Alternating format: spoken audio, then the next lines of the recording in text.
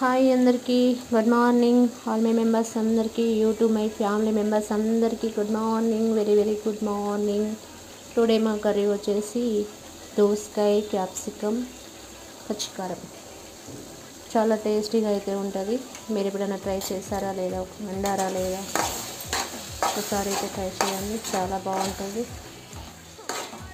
Capsicum, దోసకాయ, పచ్చిమిర్చి curry. Today మా కర్రీ మా స్పెషల్. క్యాప్సికమ్ వచ్చేసి పచ్చిమిర్చి లాంటిదే కాబట్టి దోసకాయ పచ్చికారంతో సూపర్ టేస్ట్ ఉంటుంది కదా, అలాగే ఇది కూడా బాగుంటుంది.